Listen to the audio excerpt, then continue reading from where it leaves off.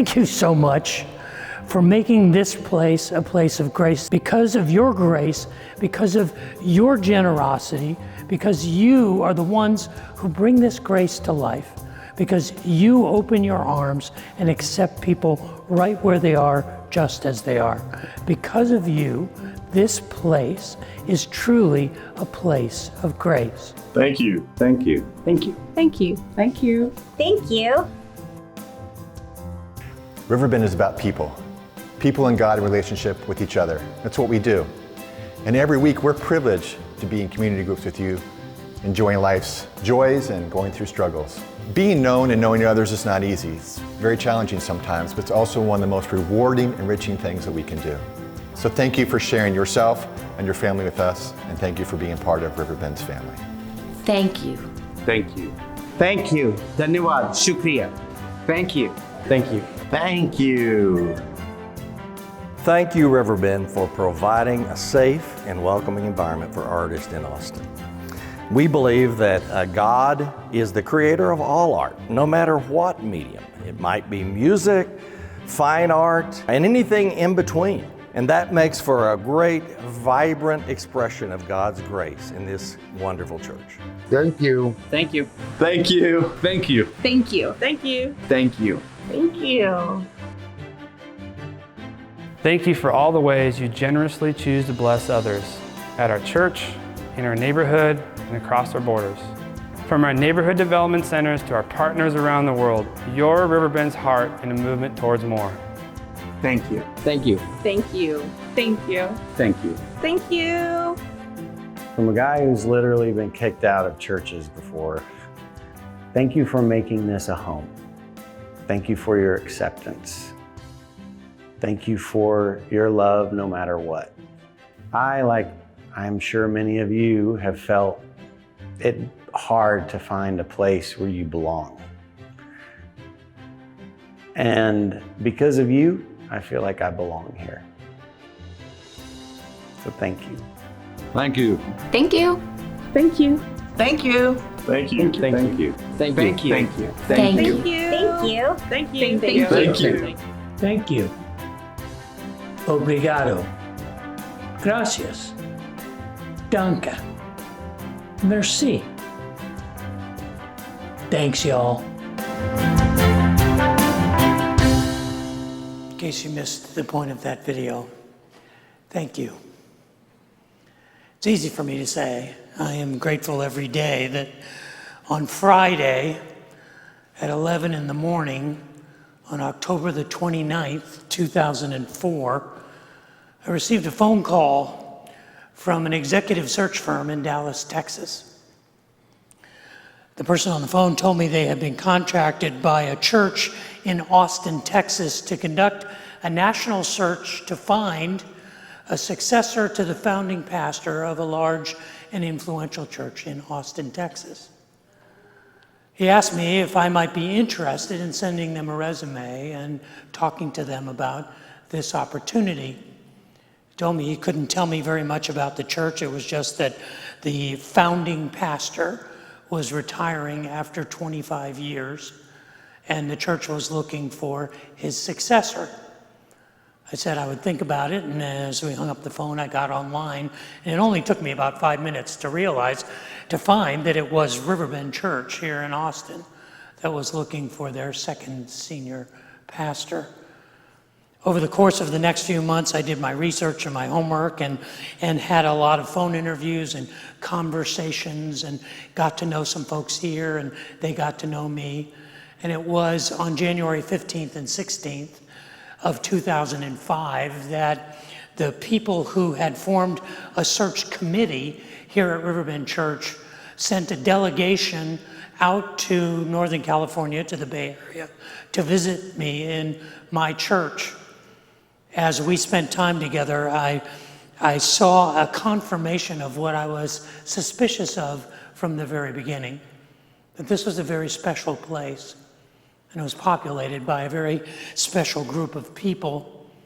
It was about a month later, it was the first weekend in February, that my wife and I came to Austin to visit Riverbend for the first time. I sat right over there for my first Sunday, February the 6th here in 2005.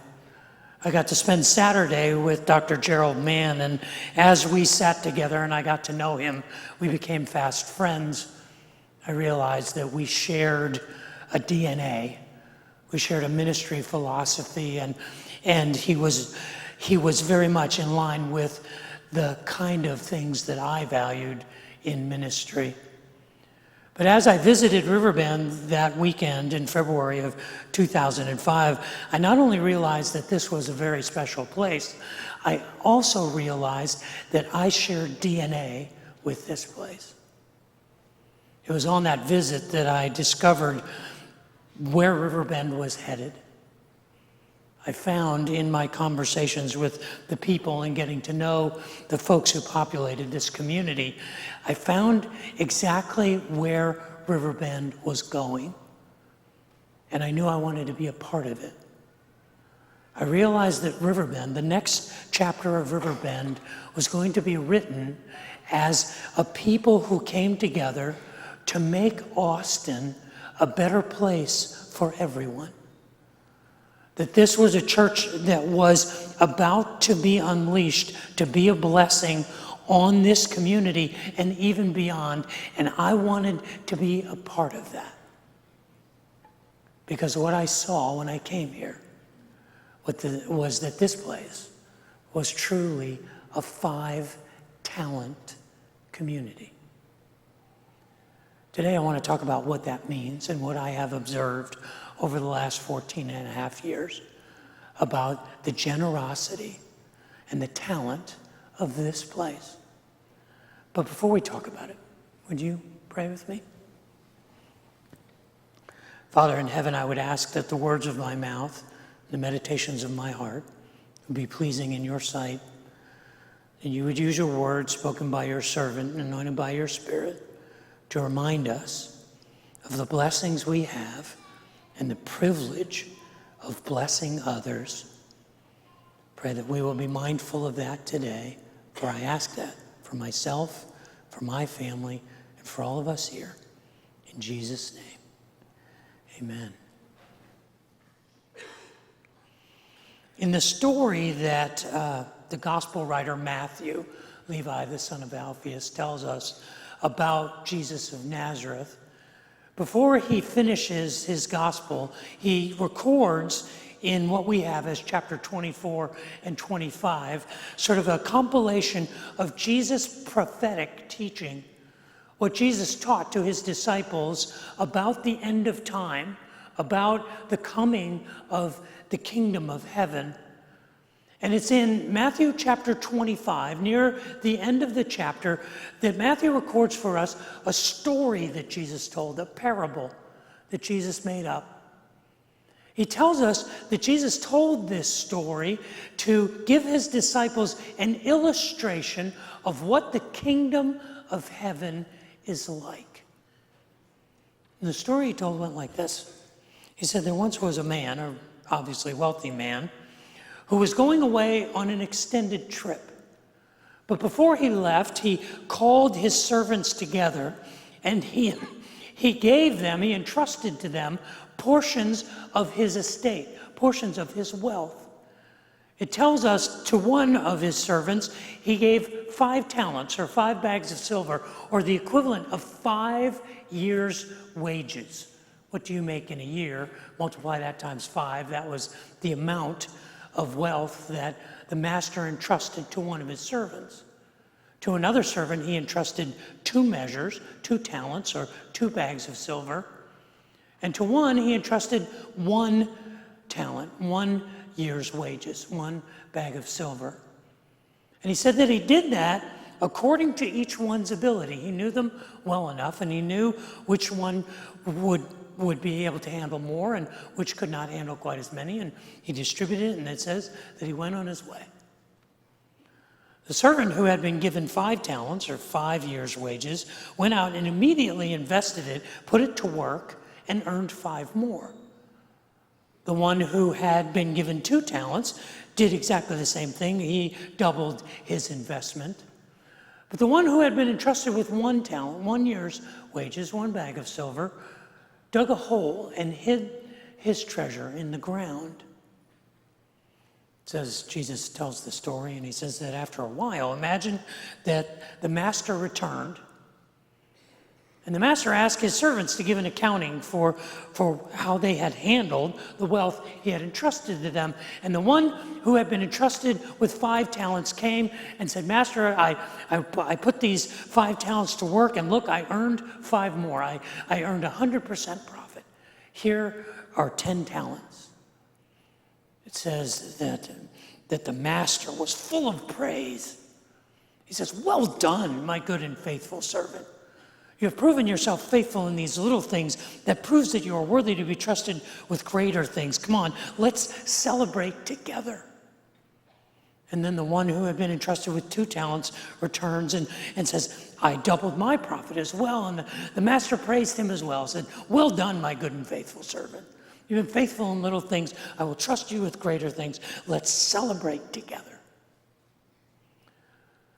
Now, if the story ended there, it would be easy for us to interpret this, that the kingdom of heaven is seen clearly when we make the most of the gifts, of the abilities, of the opportunities that our master has given us.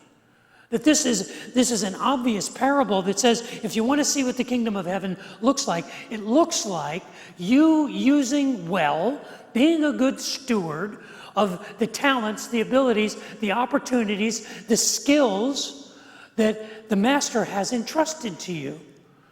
And this is an important reminder because it's not just the accumulation of wealth that matters.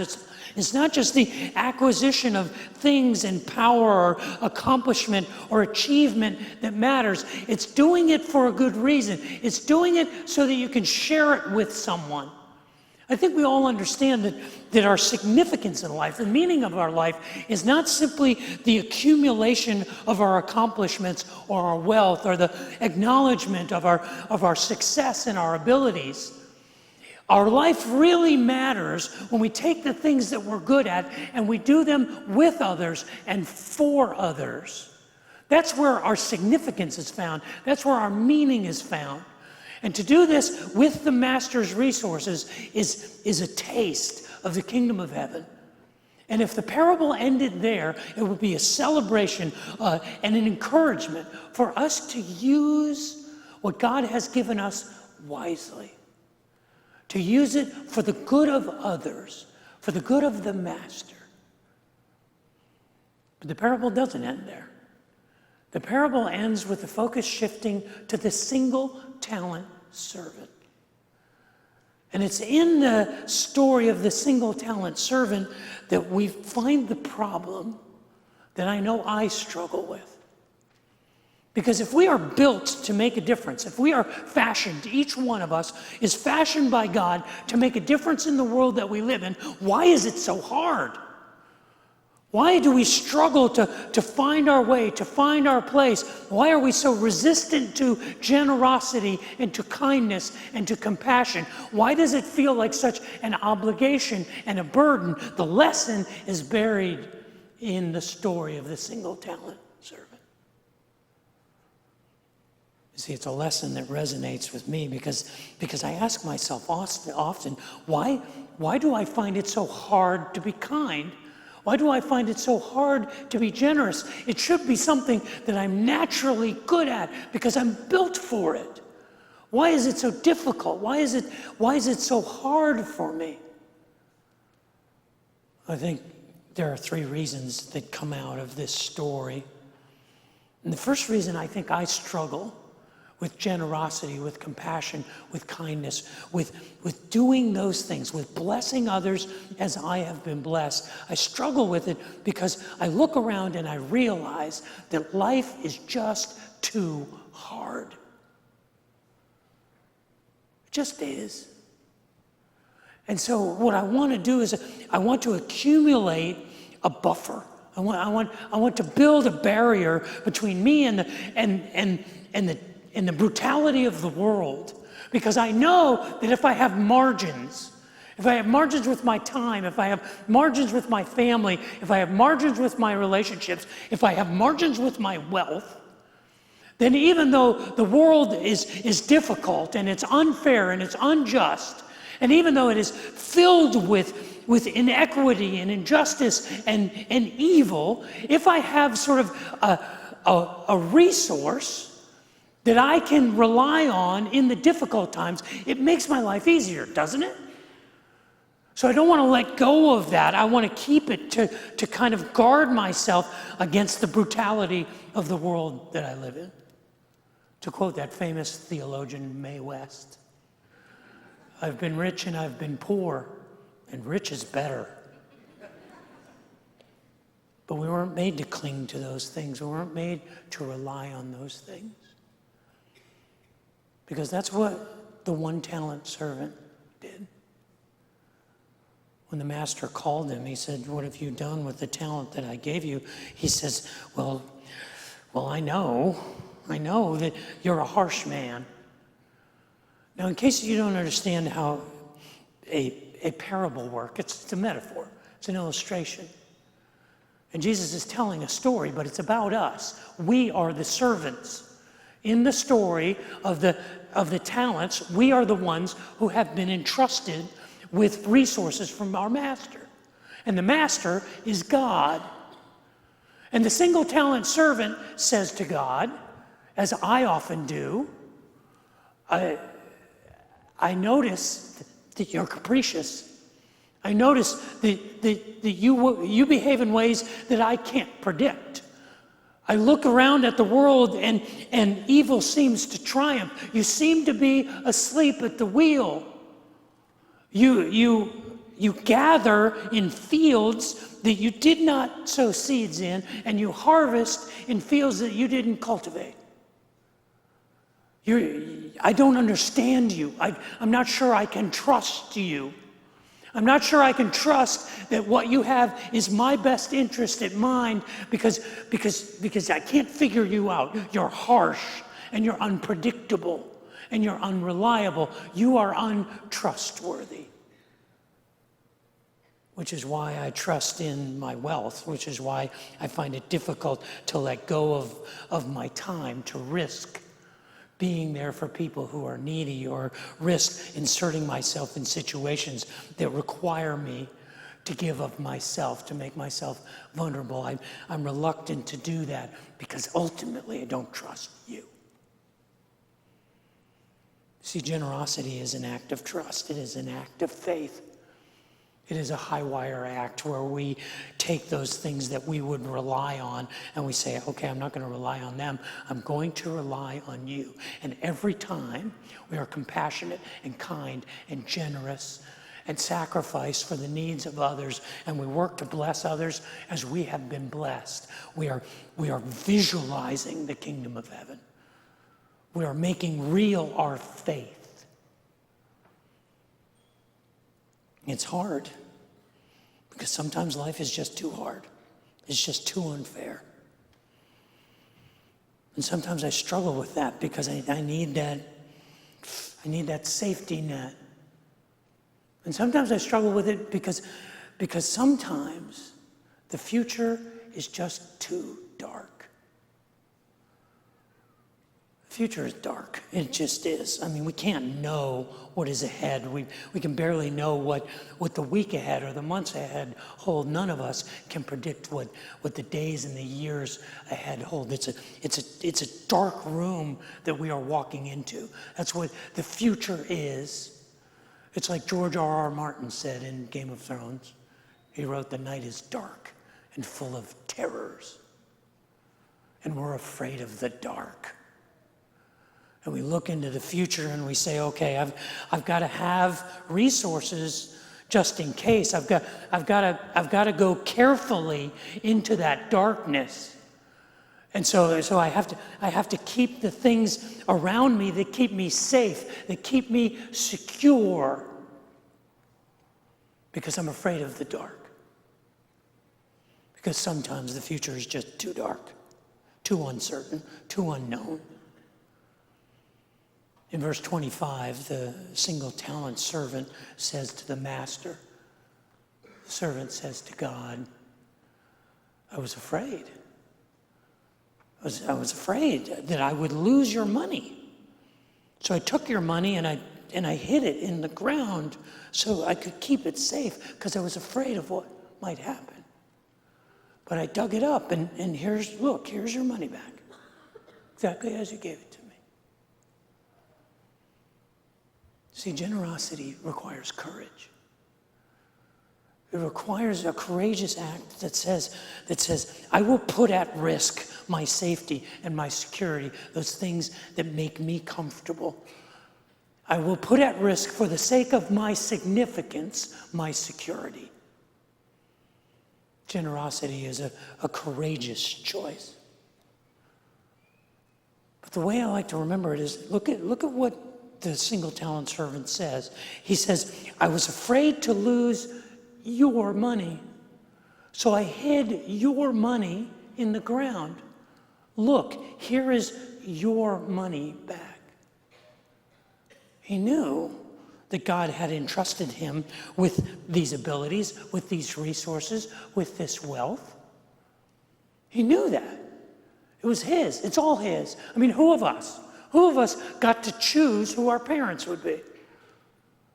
Did somebody ask you before you were born, who would you like to be born to? Because Prince Charles and his wife would have done me just fine. I wouldn't mind being born, the son of Bill and Melinda Gates. I'd be good with that. Who of us chose to look like we look and be born in the time that we're born with the capacities and the liabilities that we had? None of us got those choices. They were given to us. All of it was given to us. And it takes courage to let it go and to say it was given to me to give to you, to share with you, to make your life better. But I struggle to do that because sometimes life is too hard and sometimes the future is just too dark. And sometimes I struggle with it because sometimes the need is just too great. Sometimes it's just overwhelming. You look at the need of the world around us. You look at the crazy that just takes place every day, and you throw up your hands and say, what can I do? What difference would it make? What difference would it make if I sold all of my possessions and I scrapped my family and my career and I moved to India and I worked with Mother Teresa's orphanage or the leper colony and I poured my life into caring for the sick and the dying and the least of these, and I lived out my days in compassion and service to the poorest of the poor? Would I, by sacrificing my entire being in that activity, end poverty in the world? Would I end the disease that strickens these people? Would I transform the culture of humanity? No, it would feel very much like all I had done was poke a hole in the ocean. It would feel very much like I was standing on the shore with a tablespoon going, I'm going to empty this thing out. And so we look at the need of the world, we look at the chaos and the crazy and the brutality, and we realize, what can I do? I'll just keep the stuff that makes my life comfortable because it doesn't really matter. Why would I give away everything that makes my life satisfying and comfortable and easy for no reason? Because it doesn't make a difference. Why would I do that? This is where the story of the single talent servant gets really dark. Because the single talent servant thought that he didn't matter, that one talent didn't make a difference. So he did nothing with it. The single talent servant says to the master, or the master says to the single talent servant, he says, you think I'm harsh? Is that what you believe? That I behave in ways you don't understand? I gather where I haven't planted, I harvest where I haven't cultivated, I do things that you can't understand, and somehow You're not able to trust me because I operate beyond your understanding? Really? This is how you operate? Well, let me tell you how I operate. If you're going to do nothing, if you think that your life does not matter, I'm going to take the one talent that you have, and I'm going to give it to the one who has 10.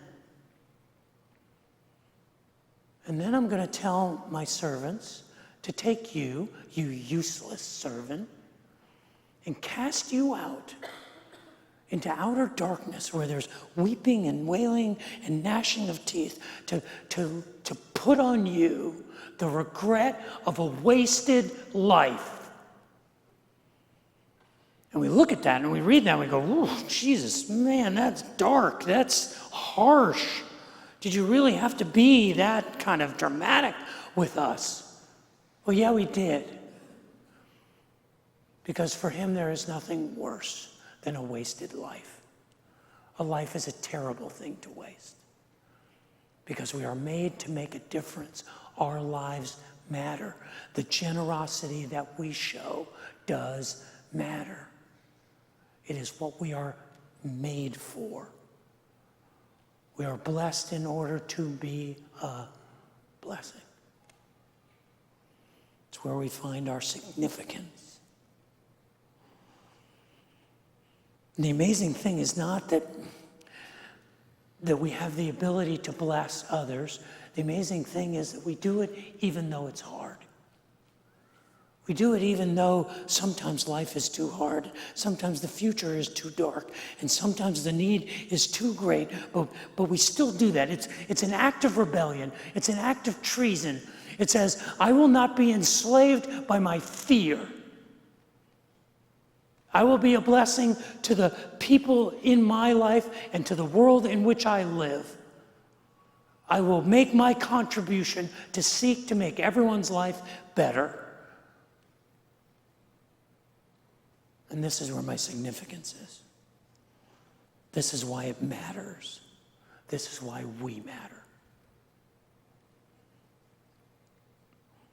I have a friend, I call him a friend, I barely know him, but he's one of my favorite people. I don't get to see him that often, maybe a few times a year, but he makes me smile just to think about him, because I like him so much. And when I run into him, I'm reminded just what an interesting guy he is. And I ran into him a couple years ago downtown. We were at an event downtown, and I ran into him. I didn't expect to see him, and there he is, and he walks up to me. And he goes, preacher, you got a damn problem.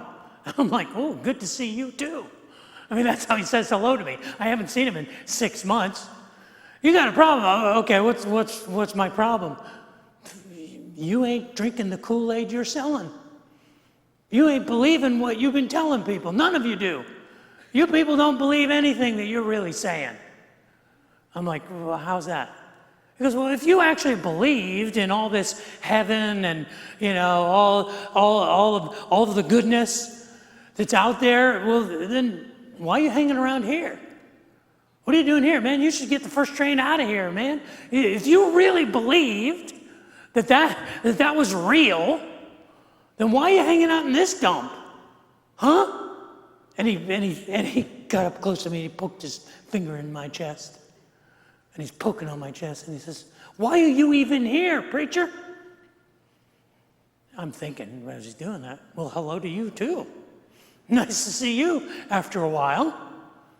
But I'm also thinking, you're making a good point. That's true. Why am I here?